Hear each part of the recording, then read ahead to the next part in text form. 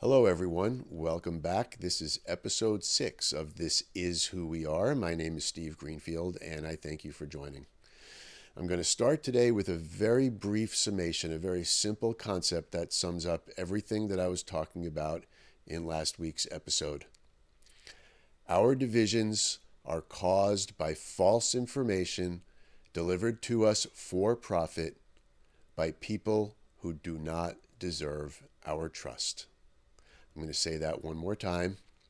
Our divisions are caused by false information delivered to us for profit by people who do not deserve our trust.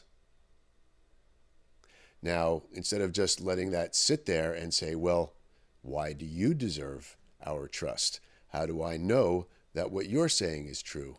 Well, this episode, I'm going to go through a whole bunch of things that we think we know, that were told to us by people that we trust, that are not only false, but are known to be false for years, in some cases decades, decade upon decade, and yet we still believe them.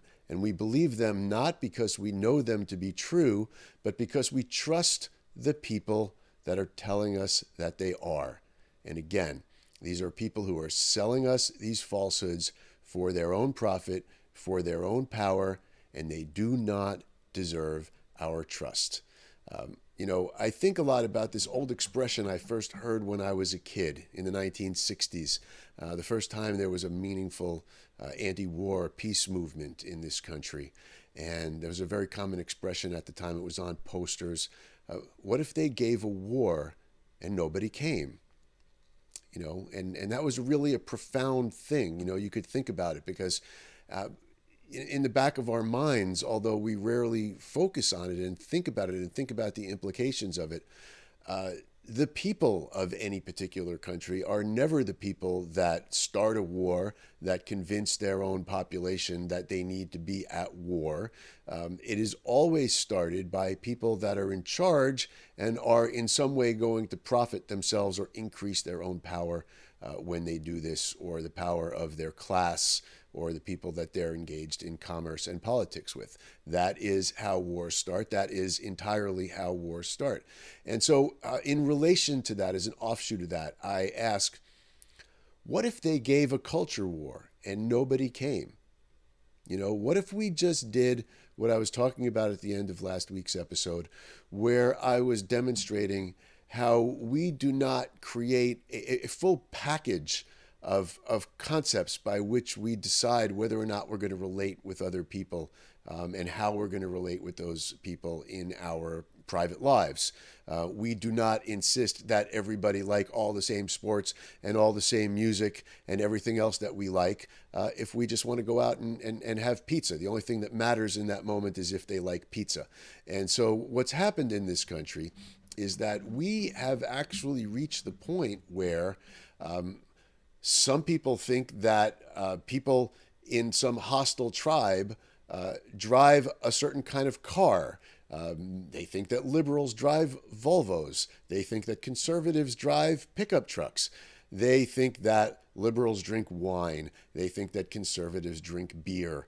It has gotten so silly, so downright silly, that the overwhelming majority of our population actually believes that these things are germane to whether or not we can work with people to solve healthcare, to solve education, to pave roads, to end wars, to, put money back in our pockets, to end poverty, to finance any of the social challenges that we face generation upon generation, and we don't solve them, and we allow people to continue profiting from the fact that we don't solve them, because we have allowed ourselves to become convinced that certain people are trustworthy and certain people are untrustworthy. And we don't actually go that extra mile and try to figure out, what were we just told by the people that we trust, and is it in fact trustworthy? We have become so entrenched in thinking of ourselves as a member of either a liberal tribe or a conservative tribe or an ethnic tribe or a religious tribe, and all these things that we insist that go together, into first creating a determination of some kind of whether somebody else is somebody that we're willing to work with, that we end up working on nothing. We end up solving nothing. And as a result of that, the people who make their profits from those things remaining unsolved keep on making their profits and keep on rolling back a certain proportion of those profits into media and politics and other things that convince us that we are unwilling to work with each other, therefore kind of turning the whole thing into a self-fulfilling prophecy that the people whose power and profits derive from these problems never being solved, remaining perpetually unsolved, causing perpetual misery for millions upon millions of people, will in fact never get solved. Now, at this point, it would probably be reasonable to say, you know what, somewhere in my heart, I instinctively feel that I dig where you're coming from, that I kind of get what you're saying. This gnaws at me. It gnaws at my consciousness. I've never really felt good about this, but there just seems too much to lose by not remaining formed together in a group that we can stop another group from doing things that are even worse than the things that we're experiencing now. And so I'm not going to ask you to trust me.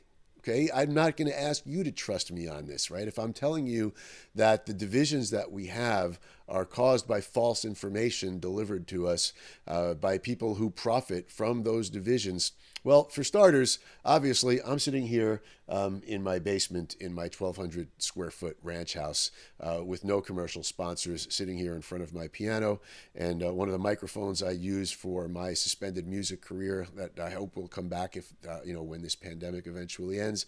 And so I don't really have anything that I stand to gain from having this conversation. And that's just the foundation, right? That's just the foundation of why you might want to think, hey, there might not be any angle here. Let me give this a chance. Let me listen to this. But if you do give me a chance, I'm, again, not going to ask you to trust me just because I'm explaining to you that people don't deserve your trust and are using it for their own power. I'm going to actually now, for the course of episode 6, I'm going to go through a series of things that the entirety of a half of our voting population takes as true, and things that another half of our voting population takes as true, in many cases taking as true for decade upon decade, despite all evidence that it is not true, that we can see that these things have not come to fruition, and we continue to believe them anyway. And we're going to do a little bit more about what we did last week in explaining why the lack of trust exists and why it becomes so easy to exploit. Now, you may remember from last week that my basic premise about how people drive a wedge between us on the grounds that they can be trusted is because so much of what we're told is false. We can see that to be false. And what ends up happening is that we divide what we take to be false, not on the basis of what is factually false, but on the basis of who demonstrates it to be factually false. Are they people that we believe that we are in some kind of ideological alignment, some kind of community alignment with in our core values? And when we agree that those are the terms by which we accept whether something is true or determine it to be false, then from that moment we are at their mercy, because almost everything they say is false. In fact, 99% of the few things that they say that are true is when they're telling you that something someone else said is false. And then everything else they can tell you, you can pretty much rely on that to be false. So let's start. Let's go through it. Let's get down to some of these core beliefs that all of us have.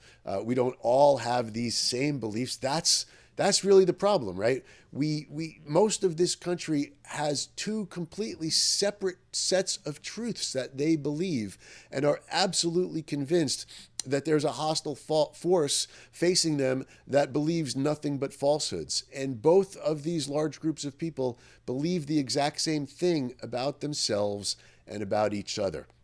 And so what happens every year as we approach elections, and at this point, 24 hours a day on the 24-hour networks, we've pretty much turned our politics not into an election season event, but into a 24-hour news cycle, into a 365-day-a-year celebrity death match, where we've pretty much replaced most of what we used to think of as entertainment with political coverage and generally political gossip that is designed to reinforce our sense of which tribe we feel more closely aligned with and our desire to prevent the other tribe from succeeding. Most of the time, just as most Americans can't find most states on a map unless the names are printed on that map, even when it's something that seems easy to find, like Florida or California, that should be so simple to find. By the same token, by the time an election rolls around, most voters don't really have any idea of what they can expect to happen in this country if their preferred party wins. They just know that whatever they think the other party wanted to happen will not happen. And that's the best we can hope for. That's what we settle for every November when we go out. I see people right now. It's already late February. And I'm talking to people constantly about what's happening, what's going to happen, what's on the table, what kind of legislation has been submitted. You know, you cast this vote, you stopped the people you were trying to stop. What's happening? And they don't know. And then the other people, the people who didn't carry this particular election, they don't really know what's happening either. When you ask them what's happening, they'll say, socialism, the extreme left is controlling, socialism is taking over in our country. And you say, can you name me an extreme left policy that was laid before the House and Senate that's currently under deliberation that would qualify as extreme left? And they can't. They can't. And so basically, everybody has now fallen into their respective silos. Those silos get thicker and harder every single election cycle. And all we know is that we're jammed in here with the group that's in our silo. We don't know what's outside. We don't know what the other group is doing. And at this point, we've actually reached the point where we don't care. All we care is about stopping them. All they care about is, I don't even know who's them and who's us, because I'm not with either of this, right? If you've been enjoying this program up until now, you know the entire basis of this is that I don't play that game, right? I live the life that I live as a regular person. I see that these divisions don't have to exist because I volunteer for emergency services. I have volunteered 6 years. I was elected and a member of our school board. I have been in many situations where I bear direct witness to the fact that every time people forget that this is what we've decided we want to be, things work great. The jobs get done. Better lives become possible and are implemented and become routine. So that's really what we're going to do. And we're going to go through it. Like I said, we're going to go through a few of these received wisdoms, these received truths that have enormous bodies of evidence for their falsehood and no bodies of evidence whatsoever for their truth, but are the received, 10 commandments and wisdom of our respective tribes, and never to be challenged lest you become an INO, a rhino, a dino, in name only, and be ostracized from your group, and then be concerned that you no longer have a social or political home in which you'll feel welcome. That this fear that we will lose our sense of community with other people. What? Because we decided that maybe bump stocks that simulate a machine gun in their effect aren't necessary, to support the Second Amendment, that you might actually lose all your friends if you say that. On the other side, I'm sure you could think of other things that would have the same effect on your group. Like if you would admit that you knew a Republican who voted Republican and it wasn't out of racial animus. Like if you felt, you would never bring that up to your liberal friends because you'd be concerned about ostracism and being treated as a pariah. And so this is the part that we need to move beyond. We need to move beyond this because the Sylvester Monkey McBeans of the world, sorry, I'm showing my age here, but I think a lot of kids today are still raised on Dr. Seuss. and the story of the Sneetches and the star-bellied Sneetches, and how each group thought they were superior and didn't. And a guy came with a machine and he took their money and he could tattoo more stars and erase stars, and he drove them all crazy, and he took all their money, and he left with all their money. Dr. Seuss's version ended with an optimistic ending, that the Sneetches, got over this, and they stopped giving away their money, and they learned that they didn't really have that much different between them. It was only a matter of the star on their belly, of whether or not they had one, and otherwise they were the same, and that wasn't enough for them to be hostile towards each other all the time. But of course, we can see all around us that the Dr. Seuss ending did not come to pass in the United States. It's just gotten worse and worse, and the Sylvester Monkey McBeans are taking more and more of our money and exerting more and more power and causing more and more mayhem. So at the quarter hour mark here, I'm going to pause for a second for my own version of a program ID. You are listening to This Is Who We Are. My name is Steve Greenfield. This is episode 6. Check out the YouTube channel. Subscribe to it. Join the Facebook page. Share this on your social media. Bring other people into this, because I think we can really get somewhere if we understand these things together. The whole thing will come crumbling down, and we'll be able to relate to each other and work on our problems and solve a great many of them. Not all of them, but not none of them, which is where we are now. Whatever it is that we get to, if we stop listening to these profiteers and power mongers and understand actual truth, how to recognize actual truth, and how to recognize the simple value that we don't have to have the exact same lifestyles and have the same tastes in things in order to value each other as people, be friends with each other, recognize when we have a common problem that we can solve together, and set about solving those problems. Boy, imagine if we started doing that the whole thing would come crumbling down, and we'd be, responsible for our own well-being, and we'd be able to get along with each other. I'm going to credential myself a little bit. I don't think I've done that yet. I'm all the way up to the 6th hour of this program. Back in 1980, I was approaching my first presidential election. My first vote was in 1979 after my 18th birthday, and I was really looking forward to my first presidential election. And there really seemed to be a lot on the table coming in there. This was the time of the Soviet invasion of Afghanistan. This was the time of the American hockey team winning the gold medal over the Russian hockey team, the Soviet hockey team, and how this was driven by the media narrative that this was somehow a stand-in for America vanquishing the evil of the Soviet invasion of Afghanistan. We were not doing well economically. Inflation was extremely high. Interest rates were high. They were in double digits. I was particularly sensitive to this because I was taking out a lot of student loans to go to college. And so it was apparent to me at the age of 18, when it was time for me to declare my major, that most of what was being spoken about in the political realm, in the electoral realm, was about economics, what you might hear people on television call pocketbook issues, right? Talk about pocketbook issues. That's how people vote, pocketbook issues. That turns out really, a vestige of that might have still been true back in 1980, but 1980 was really the turning point for that. That was a time when people started feeling like they were voting on vibes and spiritual values. Not to downplay that things were not really going terribly well in 1980 economically, but because of that, it was kind of the first time that large numbers of us became susceptible to a nice sounding message about a possible economic turnaround that didn't really have any theory behind it, or any observational data to support it.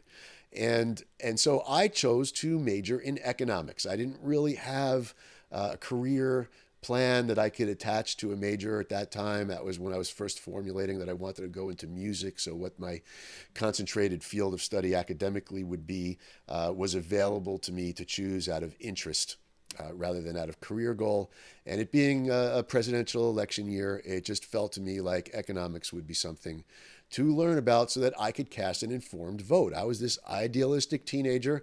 I wanted to cast an informed vote. I didn't want to vote by tribe. I wanted to get the first one right. I thought that would set the tone for my life. Let me get this first one right. So I started learning about economics, and that was my major, and there's my little credential, right? I have a degree in economics. I certainly didn't go into the field. I certainly didn't go into the corporate world.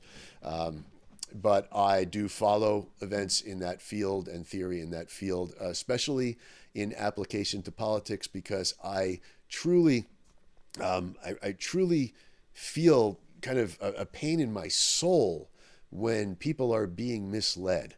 And then when people are acting on being misled, and then when terrible things happen because people acted because they were misled. And so that's kind of where I was. I went in there with the assumption, already cynical enough, because my adolescent years were, launched in the Watergate era, the Vietnam War era, the era of assassinations, political assassinations, were kind of where I formed. So I was already moderately cynical about what I would find when I started studying economics, what I would find in political campaigns when I added some actual knowledge of economic theory to observing political campaigns. And it was my expectation that pretty much everybody was full of baloney. And so what I was really looking for at that exact juncture was to see if I could find out who was more, who was less. I wanted to put it on a scale. Who's more full of baloney, who's less full of baloney, and that at least would help, I felt, inform me of how to do the best thing I could do with this momentous occasion in my life, my very first vote for president of the United States. And I have to tell you that acquiring that information through that field of study turned out to be in equal parts more enlightening and at the same time more devastating than I ever expected, because I was able to then see that that they were pretty close to all equally full of baloney, and that they weren't being full of baloney by accident. They were being full of baloney on purpose, because the goal of what they were doing was to win the election and hand out their patronage jobs and elevate donations to their respective think tanks and everything else that goes along with that, without necessarily doing anything to improve conditions in the country. And so I'm going to go right to 1980, because 1980 really was a turning point. Something new happened in political campaign rhetoric as pertains to economics in 1980 that, even as just an early student in my first year as this major, something felt completely wrong to me. And of course, it turned out to be completely wrong. And this was the advent of a new phrase that is still used to this day, that is called supply side economics. Supply side economics. This was the hallmark of the Reagan campaign. We were having economic problems, and Ronald Reagan was proposing something called supply side economics. Give more money to the people who produce things, and they will produce more things. And at the same time, his other big economic proposal was that we have to stop borrowing money for federal spending, that the deficit was out of control, and that this was burdening the economy, and that we don't operate our own checkbooks this way. And so we're going to end deficit spending, even to the point of proposing a constitutional amendment to make deficit spending illegal. This too felt a little funny to me, and I had to look under the hood and find out what was going on with all of this. The first thing is supply side economics. This is really the easiest thing to dispense with. All of us basically learned this in our public school little cursory introduction to economics that we would have been taught in civics or history, economics module in American high school public education. There is no such thing as stimulating producers to produce more by giving more money to producers. Producers produce more when they see the likelihood that they're going to sell more of their product. If they don't see the likelihood that they're going to sell more of their product, then no matter what their profit rate, they're going to try to find ways to keep bringing themselves more and more profit from the same amount of product. They're not going to make more product. The only way that producers are going to make more product is if their customers have more money, not if they have more money. Okay, so that should have been obvious to people right away, that there's something fundamentally flawed in the way this presentation is going. But it sounded kind of catchy when they gave it that term, supply side economics. And so, that is the first fundamental truth that everyone needs to know. There is no such thing as supply side economics. Now, unfortunately, over the 40 years since that term was created, we've even seen Democrats, because of the political success of this terminology, start using terms like job creators. The two sides now argue and try to convince the public that one or the other is going to do a better job of job creation. Well, capitalism is what I studied. Capitalism is what most people in this country think we have and think that we should have. And of course, we don't really have it. But if we did have capitalism, and if that is your value and that's what you want, then surely you understand that capitalism operates on revenues generated by goods and services being sold for more money than it costs to make them. Okay, that is the essence of capitalism. And so jobs are created not by individuals that are powerful and alpha and go out there and create jobs, because there are plenty of powerful alpha people who invent cool stuff, and they open up a factory and they license their product to a fleet of stores that agree to a sales percentage as they put it out there. And they go under, and everybody gets fired, and everybody loses their money. Why? Because nobody bought the product, for whatever reason. It was some version of something that people didn't find useful. It was the raincoats in the Sahara du jour at that moment. For whatever reason, nobody bought it. Those people were not job creators. Ultimately, they cost jobs, right? So it's not about the person, the masterful person who comes up with an idea. It's about the people. If everybody in the public only has enough money to pay rent and buy food, then there's no such thing as a job creator. Then nobody can create jobs. The only people with jobs are people who work in the food industry and in the residential rental industry. And no matter what kind of great invention, you could invent the cell phone and no one's going to buy it, and so that's the essence of capitalism. And so there is no such thing, and there never was any such thing as supply side economics.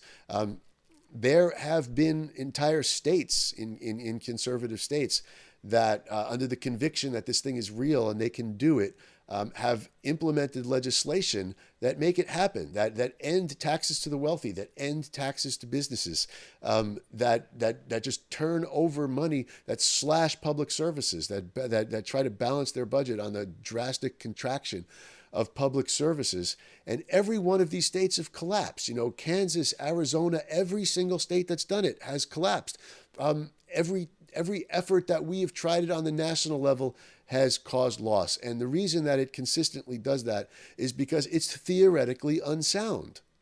If an economy is going to grow, the money has to be given to the consumers. If the money is given to the consumers, the producers are going to take care of the rest. That's how they get rich. One of our most fascistic producers in history, someone who was so fascistic that he was pro-Hitler and spent a tremendous amount of his surplus revenues translating Hitler's speeches and Nazi propaganda for distribution around the world. Henry Ford was able to enrich himself and keep his own workers from literally being the last automobile workers in America to unionize by coming up with the novel idea that everybody who worked for him had to be paid enough money that they could afford one of the cars that came off his assembly line. And this is really the foundation of the Industrial Revolution.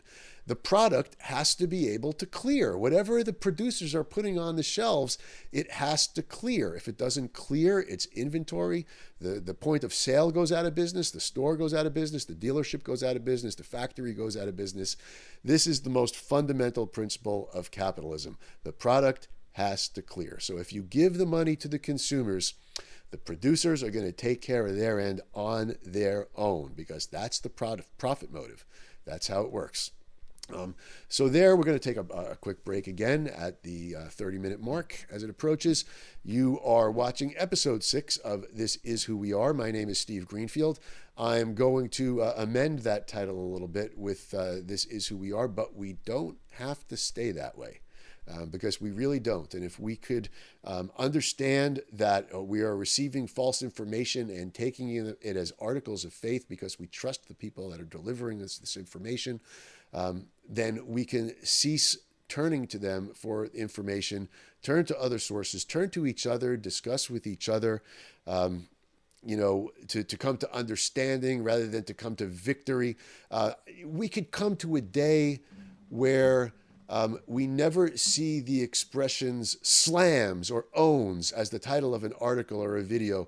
Nobody's going to own the libs. Nobody's going to slam the cons. Nobody's going to, those clickbait headlines that we all click on because they give us a little rush for our side. Yeah, we slammed him. He owned him. That's really all we're looking for, is that somebody got a good zinger in. Somebody got a good zinger in to somebody that we've been led to believe that we can't trust and don't like. And so we have these celebrities trading barbs back and forth, and we never learn any of the policy information we need to actually make our lives better. Okay, great. Supply side economics. No such thing. No such thing. Cutting corporate taxes. What does that do? Why would that make a company put out more output, build new factories, build new stores? Why would cutting corporate taxes do that?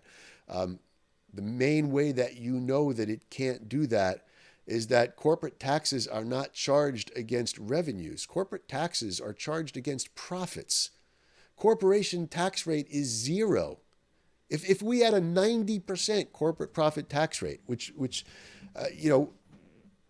it would still be 0. The amount that the company would pay would still be 0 if they only made $10 profit that year, if they just broke even.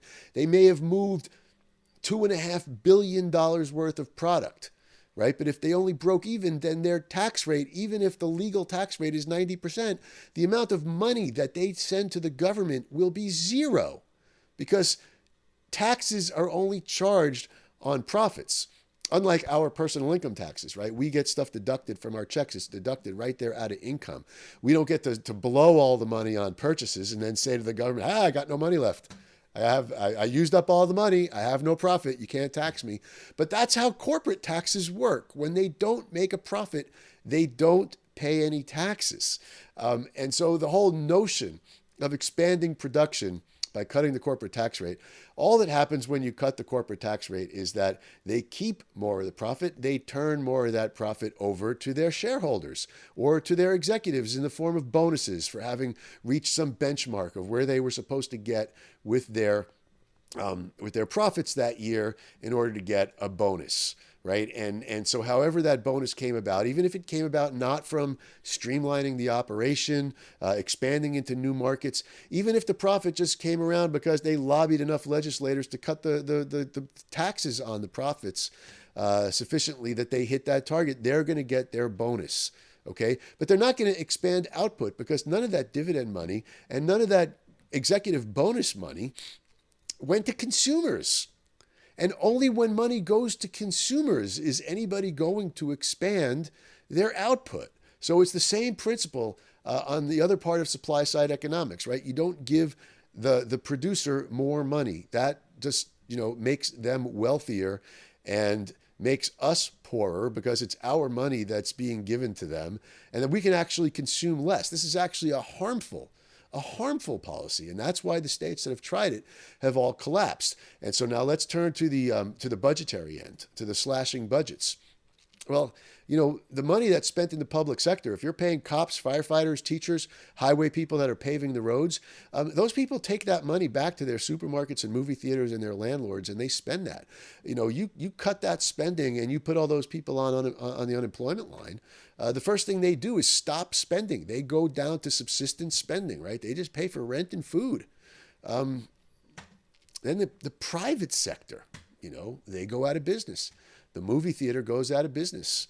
The restaurant goes out of business. People are only cooking at home now. Then all those people lost their jobs, So that is the important thing to remember about, using the term, budget slashing, balanced budget as a buzzword. You have to really play the whole tape through to the end. Policy is hard. You learn it, you practice it, you think it all through. You don't just vote on something without thinking through the whole next, 7 years of consequences that are going to come out of that. But the way we vote, the rhetoric that's used in campaigns right now, that is exactly what we're asking people to do. So let's turn to the other half of the Reagan myth. Reagan is idolized and put on a pedestal for being the god of the balanced budget. He ran saying, we're going to end deficit spending. We're going to end deficit spending. We're going to balance the budget, balanced budget amendment.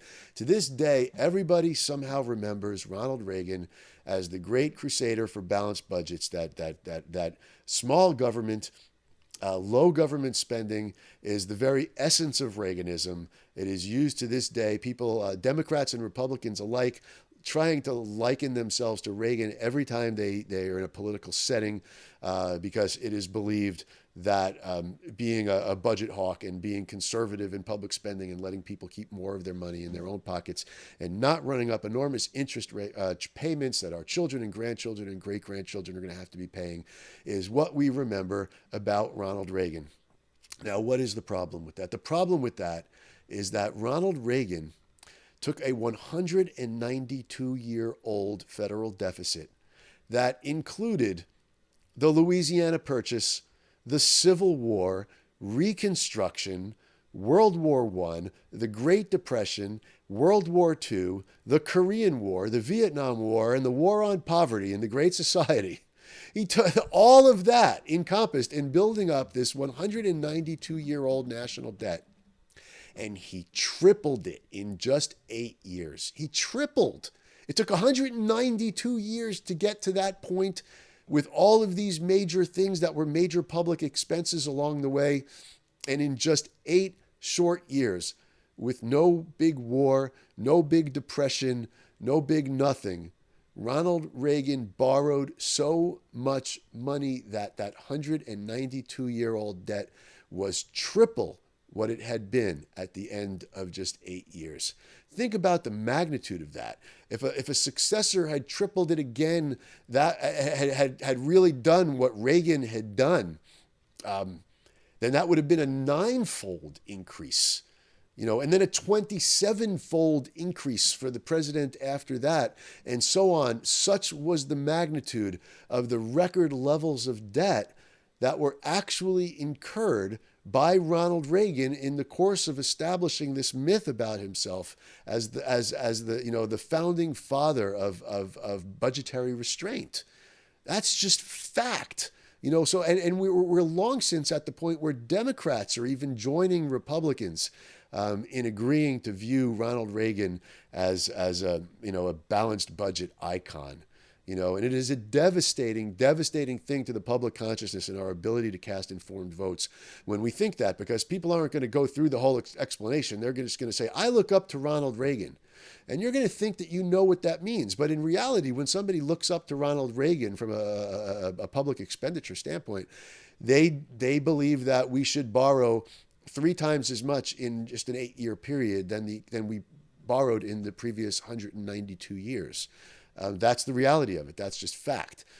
So maybe now, we've burst that bubble. If there are any conservatives listening to this, and I hope that you are, Ronald Reagan created the mythology that allowed George Bush, to blow up the budget again with wars, invading and borrowing and everything that he was doing to finance all that, and to get away with it because you just say Reagan, Reagan, Reagan, and nobody notices that they're picking your pocket.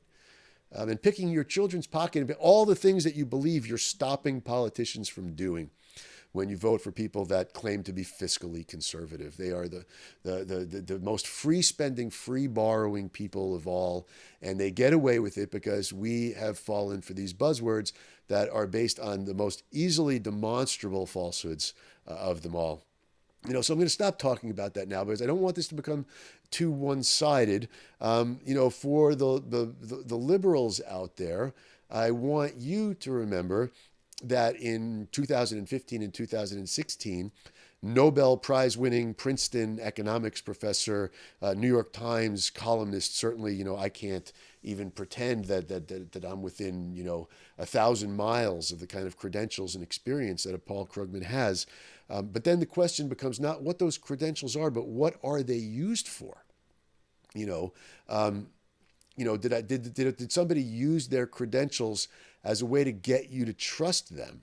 And again, this is the case, right? In 2015, 2016, Paul Krugman wrote several times a week about how the economic proposals of Bernie Sanders were unworkable and would most likely harm the economy.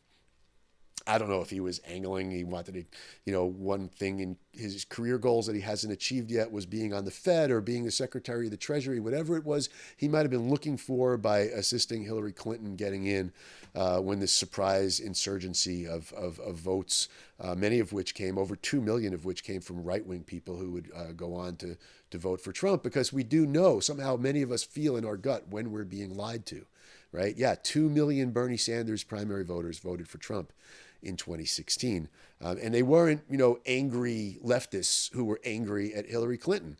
These were from open primary states where people were just looking for relief from the establishment. And they went with Sanders. And when Sanders was suppressed by the primary rigging of the Democrats that year, they switched over to Trump, right? That's what happened. Well, Paul Krugman was saying they wouldn't work. Well, fast forward 4 years from then, when Bernie Sanders entered again, and the field that was coming behind him before Joe Biden entered appeared to be people who didn't have high name recognition, and Bernie Sanders was coming in with those 13.1 million primary votes he'd gotten in 2016. Suddenly in 2019, Paul Krugman was putting out columns about what great economic ideas Bernie Sanders had. And I was sitting there reading those columns saying, wow, this is going to work, right? This is going to work. This is, you're Paul Krugman. You have a Nobel Prize in economics. This is going to work, and everyone's going to forget, just like we talked last week about how when Dan Rather decided that he was going to use all of his media influence, media platform to bring America into war, throughout the oil patch in the Middle East and Central Asia, that everybody forgot that 20 years earlier, at the time of that Soviet invasion, at the time of that big hockey game in the Olympics, Dan Rather was telling us that the Taliban were the new George Washingtons of their time, and they would get our support, right? So just the same way that Dan Rather flipped, Paul Krugman flipped, and his audiences, the people that trusted him, went right along with him, and so there's something that happened on, the other side of the aisle that was akin to people believing in that Reagan was a strong budget hawk, a debt control, a person responsible for controlling the debt, and that there's such a thing as supply side economics. So there's another profoundly credentialed economic scientist who is simply lying to his audience on the basis of the trust that he gets because of those credentials.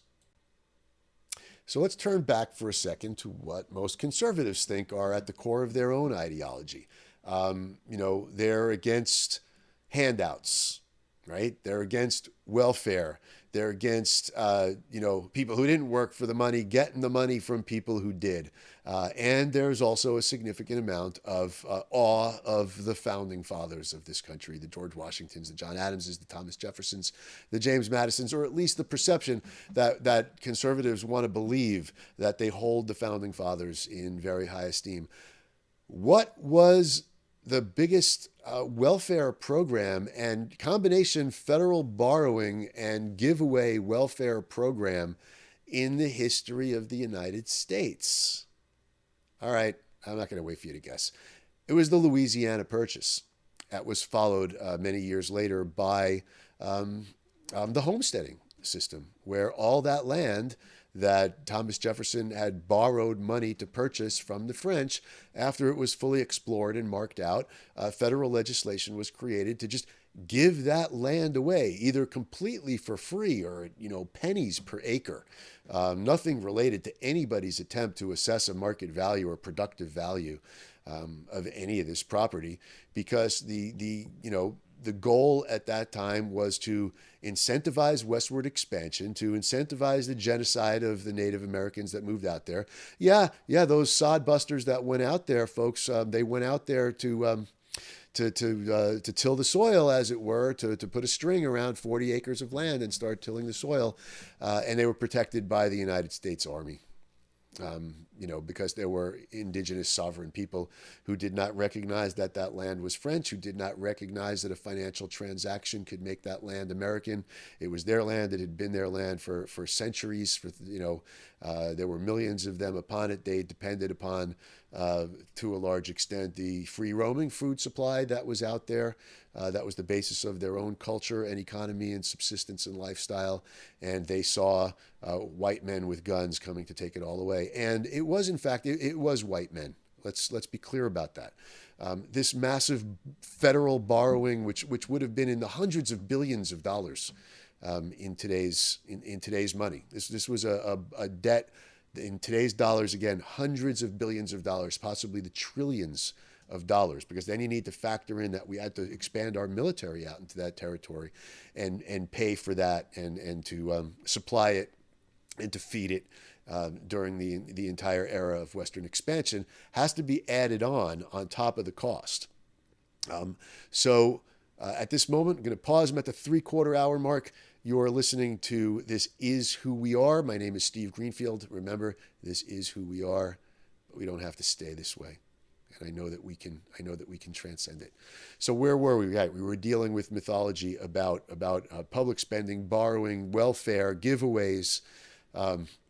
There were these giveaways, right? And this was the biggest one in American history.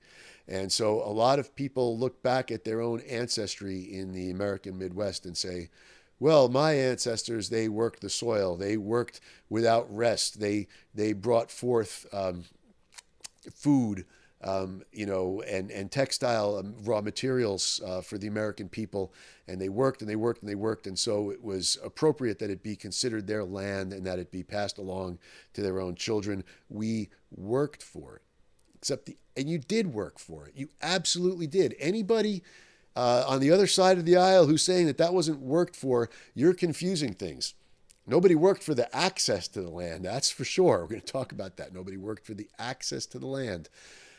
But they worked like hell to make that land productive. They really did. A lot of them died. A lot of them starved.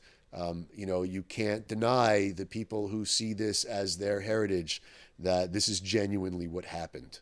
If we want to talk about settling down the hostility between our groups, we can distinguish between not having worked for the access to this benefit, but having worked very, very hard over many generations once that access was achieved.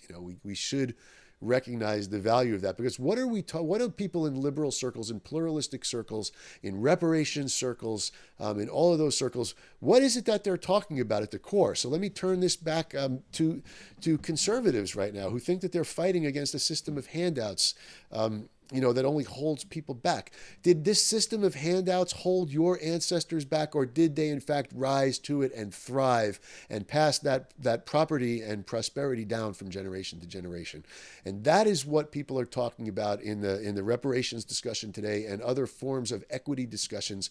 Nobody's talking about taking anything away. Nobody's talking about giving anybody something for free. What they're talking about is finally getting that same access that used to be reserved only to white male Christians. And the reason that matters is that a lot of that property that was acquired during the homesteading days is still in the hands of descendants of that era, or was sold for cash and the cash remained in the families, to other investors and the cash remained.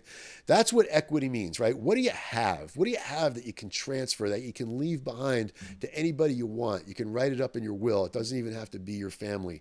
That's a power you have even in death, to leave behind something to somebody else that they didn't earn. You earned it, and because you earned it, you're giving it to someone else, right? That's our system of inheritance, right? We have that, and we value that.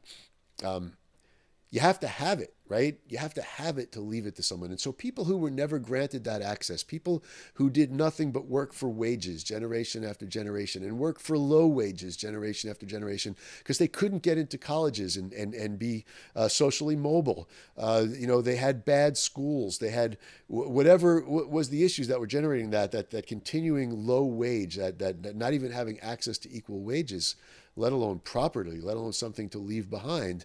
And so we've got this massive disparity here, where people are simply asking, you know what, after 240 years, or really after 400 years, but in terms of how long the country has been in existence, we want that access. We want access to something productive. And then we'll work it, just like your ancestors did. We'll work it. We're not asking anybody to work it for us. We'll work it. We just want to work it and produce with it and add to the total value of the economy of this country, and really have the equality and the liberty and justice for all that is so often based on ability to pay, right? Can you afford a lawyer? Can you afford to live in a certain community? Can you afford their property taxes so your kids can go to a good school? That is really what people are talking about. They're talking about make the same thing that the Homestead Act made available to the white and Christian forebears of this country. Start making it available to everyone. And it's not just African Americans. I mean, look at our historic Mexican American and Latin American communities, right? I mean, how did those people become Americans in the first place, right? We conquered Texas. We conquered California, Southwest. We conquered these territories from Mexico, and then basically made all of the people who resided there non-citizens in the new country, ineligible to own property that they could then leave behind to future generations, to build production, to do nothing but wage labor on the ranches of white Americans that had come and conquered that property. So there's nothing threatening about holding this conversation. It shouldn't be considered threatening. Nobody is talking about this stuff and saying, we're going to come take away your farm that your great-great-grandfather built and left through a series of subsequent generations. No one's coming to take something away from you and give it to somebody else. They're just saying there's still so much out there that can be accessed.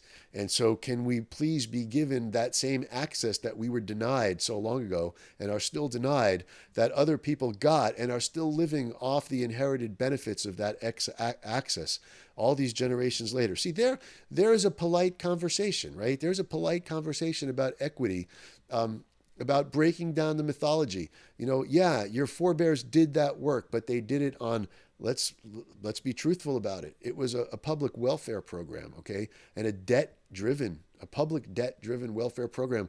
Thomas Jefferson, the man, the founder, the writer of the Declaration of Independence, the second vice president, the third president, the creator of the American West, Thomas Jefferson.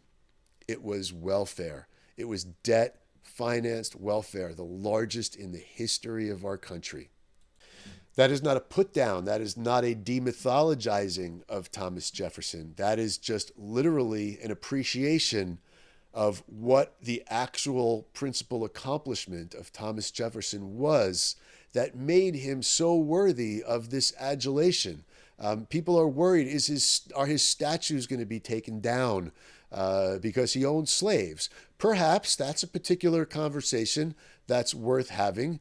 But on the other hand, if he is worthy of that historic position, at least recognize that the historic thing that he did was borrow an unprecedented amount of money that would be totally unacceptable in our current time, and purchased a massive amount of land that he gave away for free for future generations to pay the interest on the debt he incurred to purchase that land.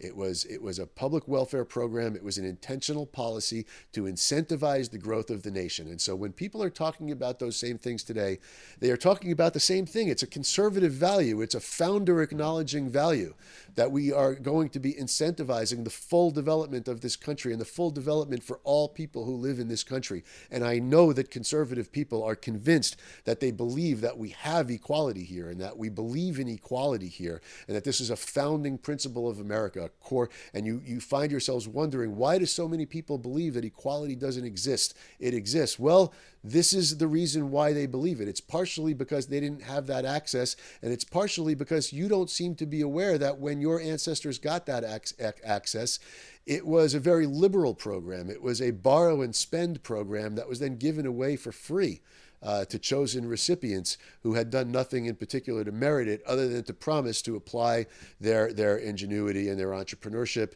and their physical labor to making that giveaway productive so that it would pay back many times over the investment that the nation had made. That is how America was founded, and that's all people are asking for. This is an area where if we could just, understand the truth about America, how America became the magnificent place that it became, and say, how much more magnificent could it become if we just kept on doing that and let everybody get into it, instead of just certain people, and don't pull the ladder up now that you own all the property.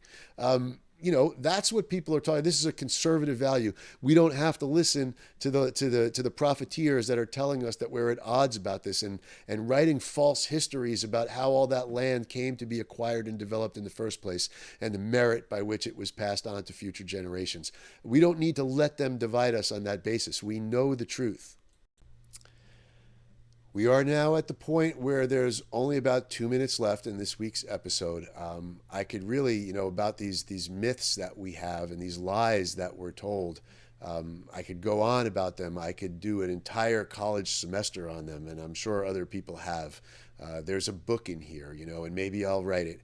But for the last 2 minutes today, and we'll pick it up again next week.